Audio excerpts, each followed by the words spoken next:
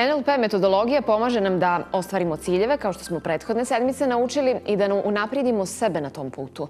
Sa našom savjetnicom Aleksandrom Anđelić ove srijede govorimo o samopouzdanju. Kako da više vjerujemo u sebe. Aleksandra, dobro jutro. Dobro jutro. Kako se prepoznaje uopšte samopouzdana osoba? Pa, prvenstveno ako bih negdje ostavila po strani psihološke definicije samog samopouzdanja, rekla bih u stvari da je samopouzdana osoba ona osoba koja je prvenstveno zadovoljna sobom i osoba koja negdje onako, što bismo rekli narodski, zrači. To je u stvari osoba koja je negdje u skladu sa svojim mislima, sa svojim stavovima, sa svojim vrijednostima i uvjerenjima. Međutim, s druge strane, to je također osoba koja je negdje jako dobro svjesna svega onog što radi dobro, a s druge strane i svega onoga što negdje može da unaprijedi. Znate, one neke ljude koji dođu, pitamo ih, znaš da voziš avion? Znam. Iako nisu vozili ništa osim bicikla.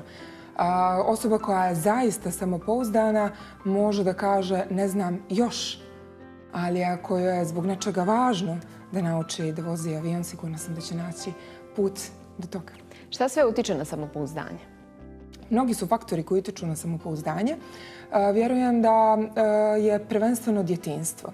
Da se negdje samopouzdanje stiče u ranom djetinjstvu i da u mnogome zavisi odnos naših roditelja prema nama, školski sistem i sve dalje i da negdje tu krećemo da formiramo naše samopouzdanje. I onako, uvijek bih se vratila na djecu i na to kako ona sigurno vjeruju i da su lijepa i da su pametna i da sve mogu i u principu ih ničeg nije strah. Međutim, onda dođe trenutak u životu kada počinju da čuju kako im neko kaže ne možeš ti to, nije to za tebe, pazi, pašćeš, budi oprezan i onda prosto dođe trenutak kad krenemo da se plašimo i onako, narodski kažem, povučemo ručnu i naše samopouzdanje više nije onako kakvo je bilo negdje u nekom ranom djetinjstvu. Kako da i u tim situacijama podržimo njihovo samopouzdanje? Šta da im govorimo? Kada dijete uči da hoda, dok ne prohoda, roditelji i svi odrasli mu kažu bravo, možeš ti to, samo naprijed. Znate, kad beba kreće, me kaže dođi. Međutim, kad krene, onda odrasli kreću sa svojim strahovima. Vjerujem da negdje to trebamo da ostavimo po strani, iako imamo najbolje moguće namjere, da malo dijete podržimo. Da ono zna da može, da zna da ima podršku odrasle osobe za ono ka čemu je krenulo. Od toga kako kreće da hoda, preko toga šta, ne znam, recimo voli da jede, preko toga i jako važnog u životu, naravno što će recimo da upiše i koji će biti njegov životni put. A gdje je granica između samopouzdanja i precjenjivanja sopstvenih vrijednosti? I to se dešava i takvih slučajeva imamo i tekako.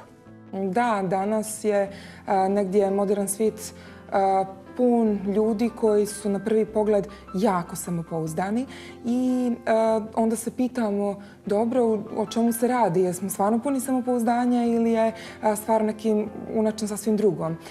Ono što jako dobro može da nas zavara jesu recimo statusni simboli, društvo i slično i na taj način mi kao ljudi smo skloni da zavaramo prvenstveno sebe i nedostatak našeg samopouzdanja. Onda, s druge strane, imamo ljude koji su, recimo, jako uspješni u svojim poslovima, super im ide karijera, međutim, u, recimo, ljubavnim odnosima nemaju samopouzdanje i prave onako neke greške koje u potpunosti nisu u skladu sa onim poslovnim ljudima koje znamo. Dakle, za dobar balans je dobro da negdje nešto koči, da negdje nešto ne ide. Od prilike. Pa, kada koči, ljudi krenu možda da rade na sebi. Kada shvate da nešto u nekom segmentu ne ide kako treba, onda, bar je takav slučaj kod nas, krenu da traže pomoć, krenu da traže podršku kako bi negdje napravili balans u svom životu, jer jedino kada zaista imamo balans koji je unutar nas, mi možemo da imamo i samopouzdanje i da imamo prvenstven uspjeh, čemu svi težimo. Dakle, porazi mogu i pozitivno da utiču na samopouzdanje. Tako je. Kad je neko u nečemu prema mišljenju mnogih najbolji, najljepši, postaje li mu dosadno da radi to što radi?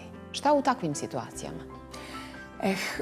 To prema mišljenju drugih. Znate, često se dešava da ljudi misle da je neko najljepši, da je neko jako pametan, jako uspješan.